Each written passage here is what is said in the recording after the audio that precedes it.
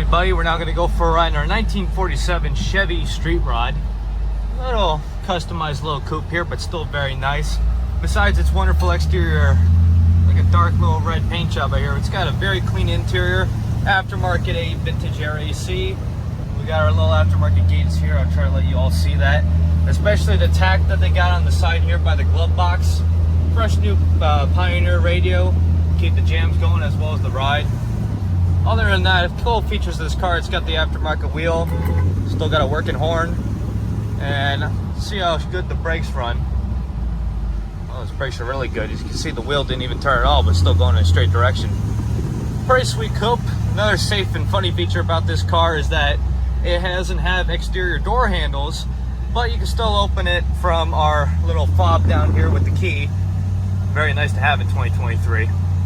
But yeah, just a smooth driving ride. But anyway, I'm gonna get her turn around up here, put her on the lift, let you guys take a look at the underneath. Hope to see you there.